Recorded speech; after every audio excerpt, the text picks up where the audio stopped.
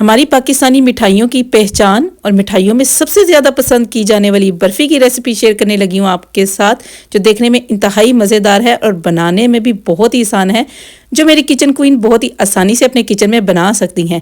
बिस्मिल्लाहिर्रहमानिर्रहीम, अस्सलाम वालेकुम। मैं उम्मीद करती हूँ आप सब बिल्कुल ठीक होंगे और दुआ करती हूँ अल्लाह ताला आपके जायकों में और दस्तरखान में ढेरों बरकतें अता फरमाए, आमीन। Welcome back to my Faizan kitchen. तो चलते हैं जी, जल्दी से आप बर्फ़ी को देखकर मुंह में पानी कंट्रोल नहीं कर सकेंगे, तो इसको बनाना स्टार्ट करते हैं। जल्दी से देख सकते हैं आप इसका टेक्सचर, और ये बनानी बहुत ही आसान है। तो चलिए सबसे पहले इसकी कुछ चीज़ें देख लेते हैं जो हम इस्तेमाल करेंगे इसको बनाने में। इधर मैंने एक मुट्ठी तकरीबन जो बादाम ले लिया, इनको कूट लिया है। आधा किलो मैदा है और 1 चुटकी नमक है, 1 टीस्पून इलायची पाउडर, और ये बादाम रहे, और ये है ब्राउन शुगर पाउडर। ये एंड में जाएगा, मैं बताऊंगी आपको कहाँ ऐड करना है। और 1 कप इसमें शुगर का जाएगा। 1/4 कप जो है ऑयल का मैंने लिया, आप देसी घी भी यूज़ कर सकते हैं। ये है आलमंड एसेंस, ये भी हम एंड में बताऊंगी मैं आपको कहाँ इस्तेमाल करेंगे। और 1 टीस्पून मेरे पास है वाइट विनेगर। तो चलें इसको बनाना स्टार्ट करते हैं। सबसे पहले तो मैंने पैन ले लिया है, इसको थोड़ा सा हम गर्म कर लेंगे और चीनी को इस पर अच्छे से फैला देंगे। इसको हम पहले मेल्ट करेंगे बिल्कुल मीडियम फ्लेम पे। तो आप देख सकते हैं कि दम वाली फ्लेम है, इसी पे हम इसको करेंगे। अगर एकदम से आप हाई फ्लेम पे करेंगे तो जो चीनी है हमारी वो कैरेमलाइज नहीं होगी, जल जाएगी। तो देख सकते हैं कि इसने कलर जो है ना अपना चेंज करना शुरू कर दिया है। तो बस इसको बीच बीच में हम हिलाते रहेंगे और ये जैसे जैसे मेल्ट होती रहेगी तो ज़बरदस्त किस्म का कैरेमल जैसा कलर आता रहेगा।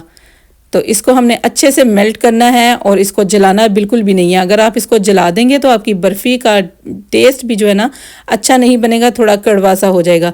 तो जितनी मुझे रिक्वायर्ड थी ये उतनी अच्छे से मेल्ट हो गई है। अब इस टाइम पे ना इसमें दूध डालते रहेंगे और हिलाते रहेंगे। देखें, आप इस पॉइंट को नोट करें, ऐसे भी आप डाल सकते हैं। ये काम आपने बिल्कुल सुकून से करना है, आप पे कोई छींटा वगैरह ना पड़े, क्योंकि ये शुगर है और जिधर ये गिर जाती है तो चिपक जाती है और उतरती तभी है जब स्किन उतरती है।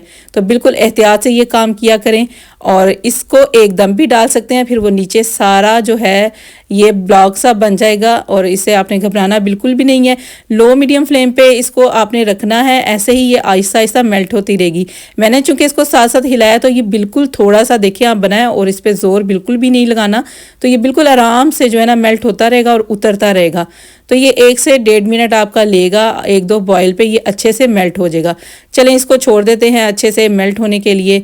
इतने में मैं आपके साथ इसकी एक और रेसिपी शेयर करती हूँ कि आप इसको अगर ना बनाना चाहें तो आप इसकी जगह क्या कर सकते हैं। आप एक कंडेंस मिल्क का 3 कैनेट ले लें या बॉटल ले लें, जो भी आपको मिले वो लेकर आपने उसमें ब्राउन शुगर ऐड कर लेनी है और इस तरह से आपका अमेज़ा बन जाएगा। तो है ना ज़बरदस्त किस्म की टिप्स, आपको किसी ने भी नहीं दी होगी। तो मिठाई बनाना ना कितना आसान हो गया, उम्मे फ़िज़ान ने कितनी आसान कर दिया है। और ये स्पेशल टिप ना यूरोप वाली बहनों के लिए है। और साथ ही कोई ट्रे वगैरह भी ग्लीस करके रखते हैं जिसमें बर्फ़ी जमानी है, जैसे मैंने मोल ग्लीस करके रख दिया है। और इधर का क्लिप कहीं मिस हो गया, जिसके लिए आप सबसे माजरत। इधर मैंने देगची में 2 टेबलस्पून ऑयल के ऐड किए थे और साथ ही मैदा ऐड कर दिया था। मैंने ऑयल में इसको बनाया है, आप चाहें तो देसी घी में बनाएं, बल्कि मैं प्रेफर करूंगी कि आप देसी घी में ही बनाएं, क्योंकि घी में मिठाइयाँ बहुत ही अच्छी बनती हैं, उनका टेक्स्चर मज़ीद अच्छा आता है। तो मैदे को हमने जो है 10 मिनट तक अच्छे से इसकी बुनाई करनी है। इधर पहले टाइम में हम इसकी तकरीबन लो मीडियम फ्लेम पे करेंगे, 5 से 6 मिनट तक बुनाई। जैसे ही कलर चेंज होना शुरू होगा हम फ्लेम को बिल्कुल लो पे कर देंगे कि मैदा जले नहीं, इसका अच्छा सा कलर जो है ना चेंज हो जाए। अब ये वो टाइम होता है कि मैदा भुनाई जो है ना पीक पे हो रही होती है और इतनी प्यारी महक आ रही है ना, मैं आपको बता नहीं सकती, बहुत ही मज़े की आ रही है। और इसको हमने बस ऐसे ही घुमाते रहना है, इसको छोड़ना बिल्कुल भी नहीं है कि ये एकदम जल जाएगा, और इसकी इधर ही मेहनत दरकार होती है। तो अब देखें, इसको मैंने थोड़ा सा फैला दिया है। अब जैसे ही मैं इसको टर्न करूंगी तो ये नीचे से कितना प्यारा कलर आ जाएगा। ये सारा हम ऐसे ही अब करेंगे, ऐसे ही मिक्स करते रहेंगे। तो इसकी बस भुनाई करनी है और ये बिल्कुल हल्का सा बिल्कुल फ्लफ़ी सा हो जाएगा। जैसे जैसे इसका कलर चेंज होगा इसकी मज़ीद भुनाई होती रहेगी। तो ये इतनी आसान रेसिपी है, इतनी आसान, इसमें ना ही तो खोए का इस्तेमाल होगा ना ही मिल्क पाउडर का इस्तेमाल होगा। तो बस ये जैसे आपने रोटी ही बनानी है उस तरह की। अच्छा, मैदा हमारा अच्छे से इधर भुन गया, अब थोड़ा ही टाइम उसको बाकी है। तो मैंने साथ ही इसमें जो इलायची पाउडर, नमक और बादाम रखे थे वो भी ऐड कर दिए हैं, ताकि बादाम भी थोड़े से ना रोस्ट हो जाएं, क्रंची पंसा आ जाए उसमें। और इधर जो है ना मैंने फ्लेम ऑफ कर दिया, लेकिन इसको हम हिलाते रहेंगे क्योंकि देगची हमारी अच्छे से गर्म है और मैदा जले नहीं। तो चलें जी, ये काम आप कढ़ाई में भी कर सकते हैं। मैंने देगची में इसलिए किया है क्योंकि मेरे पास जो सिल्वर स्टील की देगची है उसमें मैदे ने नीचे जमना था। और इधर मैंने इसी मिक्सचर में जो अब नीम गरम सा रह गया है 1 टीस्पून जो है ना आलमंड एसेंस का ऐड कर उसको अच्छे से मिक्स कर दिया है।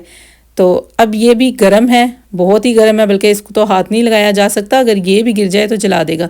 तो अब इसका देख सकते हैं कलर कितना ज़बरदस्त आ गया ना। तो जी अब जो मिक्सर हमने बना कर रखा था ये 2 या 3 टाइम पे इसमें डालते रहेंगे और इसको अच्छे से मिक्स करते रहेंगे। इधर भी आपके साथ आसानी के लिए बहुत ही ज़बरदस्ती टिप शेयर करूँगी। अच्छा, इधर अहम चीज़ ये है कि ये वाला स्टेप बिल्कुल भी स्किप नहीं करना। अगर ये स्किप कर दिया तो बर्फ़ी जैसा टेक्सचर बिल्कुल भी नहीं बनना। थोड़ा थोड़ा करके हमने वो मिक्सर ऐड करते रहना है, इसको अच्छे से मिक्स करते रहना है। अच्छा, इसके बाद अगर आप चाहें तो हाथ की मदद से ही, जैसे पिज़्ज़ा डो को फोल्ड किया जाता है 2 से 3 मिनट तक इसको हम फोल्ड करेंगे, अच्छे से इसको मिक्स कर लेंगे। जितना इसको फोल्ड करते रहेंगे इसमें एक दाना बनता रहेगा। तो बाकी हम रोबो में काम कर लेंगे। और इधर जो बाकी मिक्सचर रह गया था वो भी ऐड कर दिया, इसको भी हम अच्छे से मिक्स कर लेंगे और रोबो में इसके बाद ही हम करेंगे। अगर आप डायरेक्ट इस सारे मिक्सचर को और मैदे को रोबो में डालकर मिक्स करेंगे तो वो आटे की लुक सी देगा, वो बर्फ़ी का टेक्सचर बिल्कुल भी नहीं बनेगा। तो ये देखें ना कितनी ज़बरदस्त टिप्स है जो मैंने आपके साथ शेयर की है। और इसका जो मिक्सचर हमने रेडी किया है मैंने उसका भी नेमल बदल आपको बता दिया है। चलें जी, अब इसको रोबो में डालते हैं और सारा ही डालेंगे। थोड़ा सा नीचे भी गिर गया है तो देगची में भी जो लगा बचा रह जाए वो भी सारा हम निकाल के अच्छे से साफ़ करके डाल देंगे, ज़ाया कोई चीज़ भी नहीं करनी। चलें, इसको सारा बॉल में डालने के बाद इस पर जो बकाया चीज़ें थी वो ऐड कर देंगे, जिसमें सबसे पहले तो ऑयल था और ऑयल डाल देते हैं। और उसके बाद मैंने ब्राउन शुगर भी ऐड कर दी थी इसमें। इधर ये ख्याल रखना है कि आपने जिससे मैदे की भुनाई की थी घी या देसी घी, आपने एंड टाइम पे भी वही ऐड करना है। जैसे स्टार्ट में तो आपने देसी घी में बुनाई कर ली और इस टाइम पे आकर आपने ऑयल ऐड कर दिया तो अजीब सी ना फिर स्मेल सी बन जाती है। और इधर आप देख सकते हैं कि रोबो ने अपना कमाल कर दिखाया है, कितनी ज़बरदस्त ये डो बन गई है बर्फ़ी की, इतना ज़बरदस्त दाना बना है ना। और इधर जो मेरे पास मोल मैंने ग्लीस करके रखा था उस पर कुटे हुए बादाम भी ऐड कर दिए हैं। अब हम अपनी बर्फ़ी की जो डो बनी है ना वो इस पे डाल देंगे और कलर आप देख सकते हैं कितना मज़े का है, इतनी प्यारी स्मेल आ रही है ना बर्फ़ी की। इस तरह मुझे लग रहा है जैसे मैं किसी मिठाई की ही दुकान पे खड़ी हूँ। तो ये रेसिपी ज़रूर ट्राई करें, बहुत ही ज़बरदस्त है।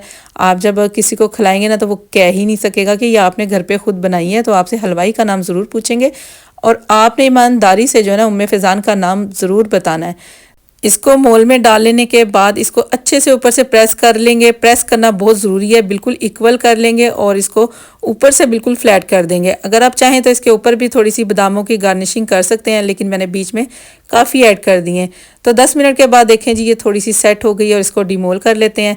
और साथ ही मैंने कटिंग बोर्ड पे भी आप देख सकते हैं कि जो है ना प्लास्टिक लगा लिया है, तो खैर कटिंग बोर्ड ही ना, कोई फ्लेवर ना बीच में आए बर्फ़ी के, तो इसलिए एहतियातन लगा लें और हाथ अपने अच्छी तरह से धो लें।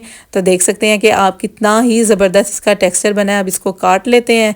चलें जी, इधर आपका जिस तरह का दिल करे इसकी कटिंग करें, आप त्रिकोण शेप में करें या नॉर्मल बर्फ़ी वाले स्टाइल में काटें। अच्छा, अमूमन मिठाइयों वाली शॉप पे देखा क्या है मैंने कि जो आलमंड फ्लेवर की बर्फ़ी होती है ना वो हार्ट शेप में कटी होती है, लेकिन मेरा ऐसा कोई मूड नहीं हो रहा कि मैं इसके दिल शिल बनाऊँ, क्योंकि थकावट शदीद किस्म की हो रही है।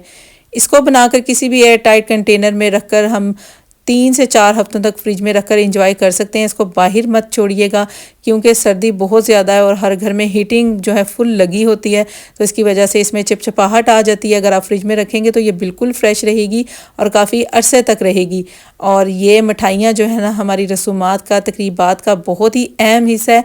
तो ज़रूर ट्राई करें, ज़रूर बनाएं और अपने फैमिली फ्रेंड्स के साथ भी ज़रूर शेयर करें।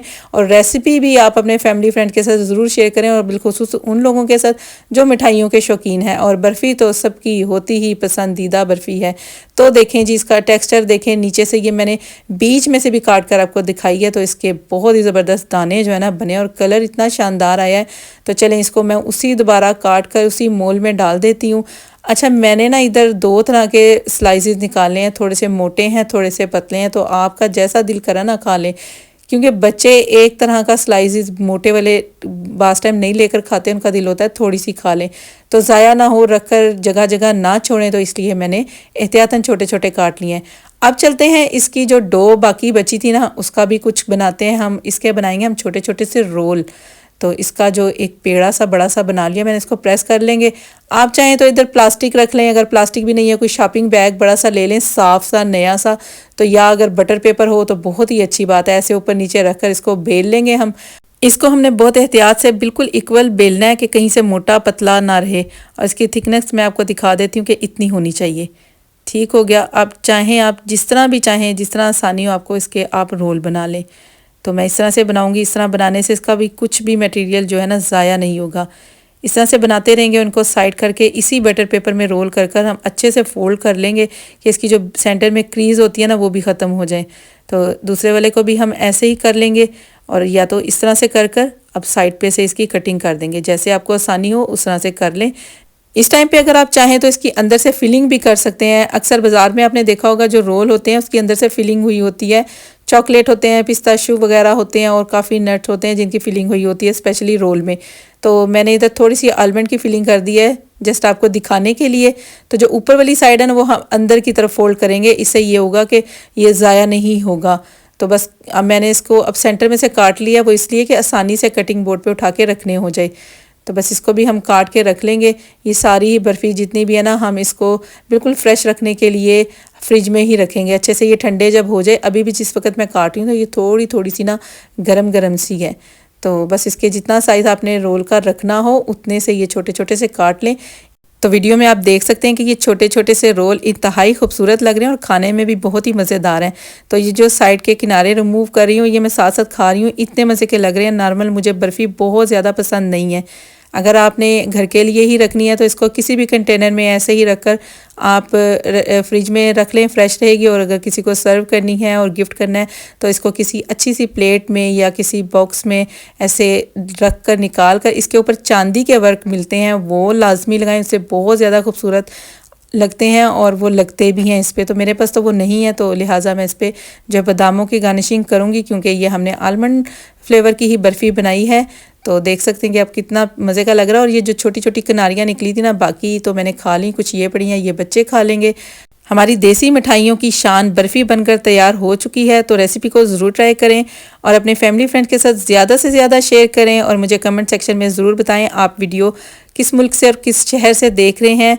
चलिए इस रेसिपी का गोल रखते हैं 500 लाइक्स, और जल्दी जल्दी लाइक करें और शेयर करें। फीडबैक मस्ट है। Thanks for watching. मिलेंगे नेक्स्ट वीडियो में। Take care. अल्लाह हाफिज़।